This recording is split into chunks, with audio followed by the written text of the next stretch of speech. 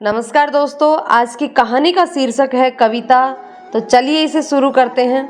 ये कहानी एक लड़के के द्वारा लिखी गई है कि कविता जी नहीं, मैं कोई कविता कहने नहीं जा रहा हूँ, बल्कि कविता एक लड़की का नाम है जो मेरे जहन में काफ़ी अंदर परतों के नीचे दबी हुई है।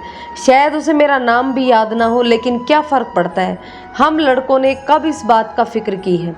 मेरी कहानी उन लड़कों की कहानी है जिन्हें लड़कियां तो पसंद आ जाती हैं, पर लड़कियों को पसंद नहीं आती, या फिर अपने दिल की बात वो नहीं कह पाते। बात सन 2000 की है, केंद्रीय विद्यालय जोरहट असम की। मुझे याद है जब पापा ने मुझे बोला कि हम अब केंद्रीय विद्यालय अंबाला से ट्रांसफ़र लेके असम जा रहे हैं। मैं बहुत नाराज़ हुआ था, बहुत गुस्सा भी हुआ था। बाल मन कभी समझ ही नहीं पाया था कि इसमें पापा का कोई दोष नहीं है। आर्मी में पोस्टिंग किसी के हाथ में नहीं होती। मैं बहुत ही भारी मन से अंबाला से अपना नाम कटा के असम के लिए घर वालों के साथ निकला। एक ऐसी जगह जिसके बारे में मैंने हमेशा गलत ही सुना था। जिसने भी बताया उसने कहा कि बड़ी ख़राब जगह जा रहे हो। मन बैठ जाता था सुन सुन के। खैर, वो दिन भी आ गया जब मैंने जोरहट में कदम रखा। पीले पीले आर्मी क्वार्टर्स जो कि काफ़ी पुराने लग रहे थे, देख के मन गिर गया। अंबाला के क्वार्टर काफ़ी खुले और अच्छे थे। उसके मुकाबले ये काफ़ी छोटे और पुराने लग रहे थे। एक गोलाकार मैदान के चारों तरफ से घेरे क्वार्टर्स बने थे, जहां हम जैसे न जाने कितने बच्चे हिंदुस्तान के सुदूर कोनों से रह रहे थे।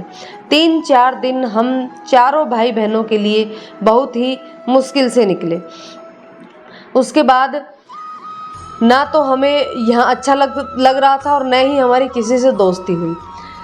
ऊपर से यहाँ का मौसम, जहाँ हर रोज़ बारिश हो जाती थी और शाम जल्दी हो जाती थी। आज जब पीछे मुड़ के देखता हूँ तो ऐसा लगता है कि असम से ज़्यादा खूबसूरत हिस्सा मेरी ज़िंदगी में कभी आया ही नहीं। हमारा एडमिशन केंद्रीय विद्यालय जोरहट में हो गया। हरे भरे पेड़ और झाड़ियों से घिरा हुआ था मेरा छोटा सा स्कूल। बरसात से बचने के लिए ऊपर छत पर टीन थी ताकि पानी ठहर ना सके। क्लासरूम छोटे थे और थोड़ी थोड़ी दूरी पर आयताकार आकार में बने हुए थे। जैसे ही क्लास 7वीं और 8वीं साथ में, और उनके ठीक सामने 9वीं और 10वीं, इन दोनों के बीच में एक छोटा सा पथरीला मैदान। यहाँ एक बहुत ही पुराना आम का पेड़ था। पूरे समय पेड़ के आसपास किसी न किसी क्लास के बच्चे खेलते रहते थे। ऐसा लगता था मानो उसे अपनी छाया में खेलते देखकर वो खुश हो जाता हो। हर क्लास के पीछे जंगली झाड़ियों के बड़े बड़े मैदान थे, जो निरंतर होती बारिश की वजह से हमेशा ही हरे भरे रहते थे। इन्हीं झाड़ियों को थोड़ा साफ करके कबड्डी और खो खो खेलने की व्यवस्था की हुई थी। हम सब बहुत खुश थे। अब यहाँ 1 साल हो गया था और अब मैं 8वीं क्लास में आ गया था। मेरी क्लास के पीछे छोटा सा ऊबड़ खाबड़ मैदान था। ऐसा कहा जाता है कि नेताजी सुभाष चंद्र बोस ने आज़ाद हिंद फौज के साथ यहाँ पर अंग्रेज़ों से लड़ाई की थी। बात सच थी या नहीं, मैंने कभी जानने की कोशिश नहीं की। मेरी दिलचस्पी उस ऊबड़ खाबड़ मैदान में मिलने वाले पुराने सिक्कों और गोलियों के खोल से थी। उन्हें ढूंढना मेरा प्रिय कार्य था। क्लास के दाएं भाग में गर्ल्स वॉशरूम था। वॉशरूम और क्लास के बीच एक बड़े कमरे के आकार की समतल जमीन थी, जहां एक अमरूद का पेड़ जवान हो रहा था। जब क्लास में टीचर न होते या उनके आने में देर होती तो हम सब धीरे से कक्षा से निकल करके चुपचाप कंचे और चुंगी खेलने वहाँ चले जाते थे। एक आध टीचर को छोड़कर हम किसी से डरते नहीं थे, या यूँ कहें कि हमें मार कम पड़ती थी तो हम थोड़ा ढीठ हो गए थे। ऐसे ही दिन निकलते जा रहे थे। जब मैंने उसे पहली बार देखा तो मुझे नहीं याद कि वो साल का कौन सा महीना था। कद मध्यम, ब्लू स्वेटर पहने, रंग हल्का सांवला जो उसे देसी टच दे रहा था। हल्का रूखा चेहरा, मध्यम आकार की हल्की भूरी आंखें, हल्के भूरे बाल जो सलीके से हेयर बैंड द्वारा पीछे की तरफ करीने से लगाए हुए थे। ब्लू स्कर्ट, सफ़ेद जुराबे, काले जूते पहने। शायद वो किसी को ढूंढ रही थी। किसको? शायद मेरे क्लास टीचर को। और मैं क्लासरूम और वॉशरूम के बीच छोटे से उस जमीन के टुकड़े में उस नवजवान होते अमरूद के पेड़ के सहारे टिककर बरबस ही उसे देख रहा था। ऐसा नहीं था कि उससे खूबसूरत लड़की मैंने देखी नहीं थी, पर कुछ था उसमें जिससे मेरी नज़रें उस पर रुक सी गई थी। उसकी आंखें 2 पलकों मेरी तरफ उठी और मैंने शायद ज़िंदगी में उस दिन पहली बार कुछ ऐसा महसूस किया जो इससे पहले कभी नहीं हुआ। मुझे ऐसा लगा कि जैसे किसी ने मेरी बिना इजाज़त के मेरे अंदर कुछ पढ़ लिया हो। मैं उस दिन पहले तक बहुत खुश था। उस 2 पल की नज़र के बाद से मन में एक बड़ी अजीब सी बेचैनी पैदा हो गई थी। कभी लगता कि ज़ोर से खुशी से चिल्लाऊं तो कभी एक अजीब सा डर सताता। दोनों ही हालातों में दिल का सुकून छीन गया था। घर आया तो लेट गया, आज खेलने भी नहीं गया। बार बार अपने दिन को रिमाइंड करके उस जगह पर ले गया जब उसकी वो भूरी 2 पल आंखें 2 पल के लिए मुझसे मिली थी। क्या वो भी मेरे बारे में सोच रही होगी? पर उसकी निगाहें अगर आम होती तो ये बेचैनी सी क्यों होती? कुछ तो था हमारे बीच जो हमें जोड़ता था। उस दिन के बाद से मैं बदल गया था। वो मेरी ही कक्षा में आई थी। हमेशा हंसते खेलते रहने वाला मैं अब चुप रहने लगा था। शायद आप जिसे पसंद करते हो उसके सामने आप जल्दी से खुल नहीं पाते। उस समय लड़की और लड़के अलग बैठते थे। वो हमेशा लड़कियों की दूसरी लाइन में बैठती और मैं कोशिश करता कि मैं लड़कों में उससे 1 लाइन पीछे बैठूं, यानी कि तीसरी लाइन, ताकि बिना नज़र में आए मैं उसे देख सकूं। उधर वो पढ़ाई में लगती और इधर मैं उसे देखने में। मैं हमेशा ये कोशिश करता कि उसे ये पता न लगे कि मैं उसे देखता रहता हूँ। दोस्तों ने बताया कि पापा एयरफोर्स में हैं, अभी ट्रांसफ़र हुआ है तो यहाँ एडमिशन करा दिया। सुन के अच्छा लगा। बस अब अपनी हालात समझदार मजनू जैसी हो गई थी। समझदार मजनू वो होते हैं जो हालात से एकदम आशिक हो चुके होते हैं पर किसी को दिखाते नहीं हैं। शनिवार का दिन हमेशा मेरे लिए खास होता क्योंकि शनिवार को जब वो वाइट स्कर्ट और ब्लू स्वेटर में अपने बालों में सफ़ेद हेयरबैंड लगा के आती तो उसके चेहरे और आंखों का रंग उभर के आता था। हमारी हालात उस लड़के की तरह हो गई थी जिसे लड़की तो बहुत पसंद होती हैं, पर ये भी पता होता है कि जिस दिन बात कर ली कहानी उसी दिन ख़त्म है। खैर, ऐसे ही चोरी छिपे दिन बीतते जा रहे थे। उस समय मोबाइल तो थे नहीं, तो उससे बात करने का मौका और समय सिर्फ स्कूल में ही मिल सकता था। पर हिम्मत थी जो उठ ही नहीं रही थी और समय था जो रुक ही नहीं रहा था। 2 महीने हो चुके थे मेरी गुमनाम आस्की को। उसे देखना मेरी दिनचर्या और उससे बात न करना एक आदत बन गई थी। एक दिन अपनी क्लास के बाहर खड़ा था। खड़ा क्या, उसे देखने के बहाने बाहर आया था। वो मेरे दोस्तों के साथ बातें कर रही थी और मैं उनके पीछे खड़ा होकर बस उनके पास होने का सुख ढूंढ रहा था। अचानक उसने मेरी तरफ देख के पूछा, वो ज्योग्राफी का होमवर्क कर लिया? हम क्या बोलते, हमारी तो ज्योग्राफी, हिस्ट्री, सिविक्स सब एक हो गया था। उस वक्त बमुश्किल मुख से निकला, नहीं, कल करूँगा। और तुम्हारा? उसने क्या बोला मैंने सुना नहीं, मैं तो बस कहीं खो सा गया था। ऐसा लगा कि वो लम्हा रुक गया हो कहीं। उस दिन के बाद से मैंने महसूस किया कि वो भी मुझे कहीं ना कहीं देखती है। शायद वो अनुपात 10 में से 1 का ही क्यों ना हो, पर था ज़रूर। कभी कभी जब आंखें मिलती तो ऐसा लगता मानो कह रही हो कि काश थोड़ी सी हिम्मत तुम्हारे अंदर और होती तो शायद हम एक दूसरे को थोड़ा और जानते, बात करते। खैर, दिन बीतते गए। कल से गर्मी की छुट्टियां हैं। 2 महीने मन उदास था। अब 2 महीने तक उससे मुलाकात नहीं हो पाएगी। मन भारी था, हवा भी रूखी और उदास सी लग रही थी। और आज शनिवार भी था। आज उसके रूखे भूरे गाल और चमकती भूरी आंखें मन को भेद रही थी, मानो कह रही हो कि क्या आज भी बात नहीं करोगे? मन उदास हो तो कुछ भी सही नहीं लगता। आज मैं क्लास में सबसे पीछे बैठा था। न किसी से बोला कुछ और न ही उससे कोई बात हुई। दिन निकल गया और छुट्टी हो गई। मैं उसे एक कोने में खड़े होकर बस की तरफ जाते देखने लगा, इस उम्मीद से कि शायद वो एक बार पलट के देख ले। पर लड़कियां सिर्फ फिल्मों में ही पलटती हैं, असली ज़िंदगी में नहीं। आज ठीक वैसा ही बुरा लग रहा था जितना पहले दिन असम आके लगा था, खाली एकदम अंदर से। पता नहीं लोग आते ही क्यों हैं ज़िंदगी में। 3-4 दिन लग गए मुझे सामान्य होने में। फिर मैं गांव आ गया छुट्टियों में।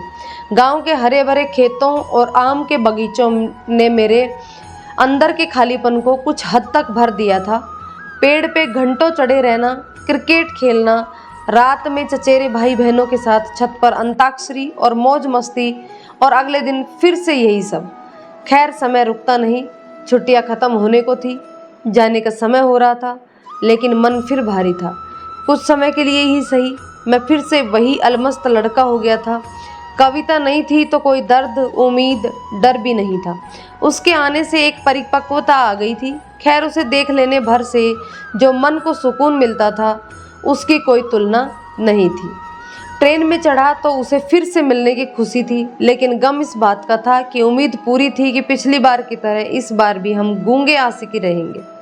खैर उसे देख भर लेने से ही सुख था। आंखें डरी सहमी सी उसके आने का इंतजार कर रही थी, लेकिन वो आई नहीं। 1, 2, 3, 4, 10 दिन बीत गए, पर वो नहीं आई। दिल बैठ गया। काश थोड़ी बात कर ली होती, थोड़ी हिम्मत दिखा ली होती। शायद स्कूल छोड़ गई। छुट्टियों के बाद आर्मी और एयरफोर्स वाले कई बच्चे पापा की पोस्टिंग होने की वजह से स्कूल छोड़ के दूसरी जगह नाम लिखवा लेते हैं। मैं भी तो ऐसे ही आया था असम में। एक दिन उसे उधेड़ बोन में सबसे पीछे बैठा था, तभी एक चहकती हुई आवाज़ गूंजी, मे आई कम इन सर। आँखों में जैसे बिजली कौंध गई। नज़र उठी, नज़र मिली, मानो वो पूछ रही थी कि और बेटा मिस किया कि नहीं, और बात मत करो। कसम से अगर वो 2022 होता तो दौड़ के उसे गले से लगा लेता, लेकिन वो तो साल 2000 था। खैर उसने घुसते के साथ ही कक्षा में सबसे पहले मुझे ढूंढ के देखा। कम से कम मैं आज यही सोचता हूँ। पीरियड ख़त्म होते ही मैं दौड़ के उसके पास गया। कैसी रही छुट्टियाँ, कब आई वापस? मेरे अंदर न जाने कहाँ से हिम्मत आ गई। पिछले 6 महीने में शायद पहली बार मैंने उससे बात की, और पूछ ऐसे रहा था जैसे कि वर्षों से साथ हो। उसने हंस के जवाब दिया, मानो कह रही हो मिट्टी के शेर आ गए लाइन पे। उस दिन अचानक ही ऐसा लगा जैसे हमने एक दूसरे के मन को छू लिया हो। काफ़ी दिनों बाद जो उसके ना होने से मन उदास था, आज उसमें खुशी की बारिश थी, और बाहर होती बारिश ने मन को सरोबार कर दिया। उस दिन उसने बहुत बार मुझे देखा, और मैं खुश था और नर्वस भी। नर्वस इसलिए कि मुझे पता था कि मैं कोई शाहरुख नहीं हूँ, तो किसी स्मार्ट और कॉन्फिडेंट लड़की का आपको इस तरह से बार बार देखना आपको नर्वस ही करेगा। खैर मैंने सोच लिया था कि बहुत हो गया। अब अगले सोमवार को मैं हिम्मत करके उसे बोल दूंगा कि तुम्हारे आते ही कुछ कुछ होने लगता है, और ये तुम्हें समझना पड़ेगा। संक्षिप्त में प्रपोज करने की सोचने लगा। आज सोमवार है, लेकिन इस पूरे वीक मैं खुद को तैयार करूँगा अपने पहले प्रपोज के लिए। जब बात करने में 6 महीने लगा दिए तो प्रपोज के लिए 1 वीक में तैयारी करनी तो बनती है। इस बीच मैं और वो बस एक दूसरे को बीच बीच में देखते रहते थे। उसने कई बार कोशिश की बात करने की, पर मैं अब सारी हिम्मत जुटा के सिर्फ एक बात ही बोलना चाहता था। बीच में बात करके मैं अपने संकल्प को कमज़ोर नहीं करना चाहता था। आज फ्राइडे है, कल सैटरडे, परसों संडे, यानी कि 2 दिन की छुट्टी। बस 3 दिन बचे हैं मुझे उसे प्रपोज करने के लिए। एक अनुभवी व्यक्ति की तरह मैंने स्ट्रेटजी बना ली और बड़ी अकड़ के साथ उसे इग्नोर कर रहा था। आज उसने मुझे फिर देखा, पर आंखों में वो चमक नहीं थी, एक खाली उदासी थी। उसने मुझे देख के स्माइल दिया, मैंने भी हल्के से स्माइल किया, और फिर बड़े एटीट्यूड के साथ ब्लैक बोर्ड की तरफ देखने लगा। उसने भी अपनी किताब में आंखें गड़ा ली। रोज चहकने वाली कविता आज चुप थी। ये बात कहीं मुझे खटक रही थी, लेकिन मैं तो अब मास्टर स्ट्रेटेजिस्ट था। अब एक बार बात होगी मंडे को, उससे पहले नहीं। बड़ी मजबूती से मैंने अपने मन को समझाया। इंटरवल में आज वो कक्षा में ही रुकी। मैं हमेशा की तरह लेट निकलता था क्लास से। इंटरवल में आज भी बस 2-3 लड़के और मैं और वो थी क्लास में। मैंने निकलते हुए उसे देखा। उसने हल्की सी स्माइल दी जो दर्द से भरी सी लगी। बढ़ते पैर रुकना चाहते थे, लेकिन अब जो होगा मंडे को ही होगा। ये मन बना के मैं वहाँ से तेज़ी से निकल गया। छुट्टी हो गई। उसने अपना बैग उठाया और बिना मुझे देखे चुपचाप निकल गई। मैं हल्के से उसके पीछे की तरफ आया ताकि उसे जाता हुआ देख सकूं। आज उसकी चाल भी बहुत धीमी थी। वो सिर झुकाए अपनी राह चली जा रही थी। कुछ खटक रहा था मेरे अंदर, पर क्या, मैं उसे बस देखे जा रहा था। अपने बस के पास पहुंचने से ठीक पहले वो पलटी। मेरी उससे नज़रें मिली। उसकी आंखें थोड़ी भरी थी। उसने हल्के से स्माइल के साथ मुझे बाय किया। मेरे हाथ भी अनायास हल्के से बाय के लिए उठ गए। कुछ अजीब था आज, पर क्या, मेरे मन, मेरा कॉन्फिडेंस, मेरी अकड़ सब हवा हो गए। वो पलट के एक गाड़ी के अंदर चली गई। वो मैंने उसे आखिरी बार देखा था। मैं मंडे पूरी तैयारी के साथ आया, लेकिन मेरा मंडे कभी नहीं आया। जयान में बस उसकी यादें ही रह गई और उसकी आंखें रह गई। उसने छुट्टी तक ले ली थी। फ्राइडे उसका लास्ट डे था और मेरे न जाने कितने फ्राइडे और मंडे उसकी याद में बीत गए। शायद पहले इसलिए उदास थी, शायद वो बताना चाहती थी, शायद कुछ कहना चाहती थी। आज भी उसका पहला और आखिरी दिन मेरी आंखों के सामने आ जाता है और दिल में अचानक से बेचैनी सी हो जाती है। तो दोस्तों, कैसी लगी कहानी कमेंट करके बताइएगा और चैनल को सब्सक्राइब कर लीजिएगा, क्योंकि इसी प्रकार की कहानी इस चैनल पर मिलती है।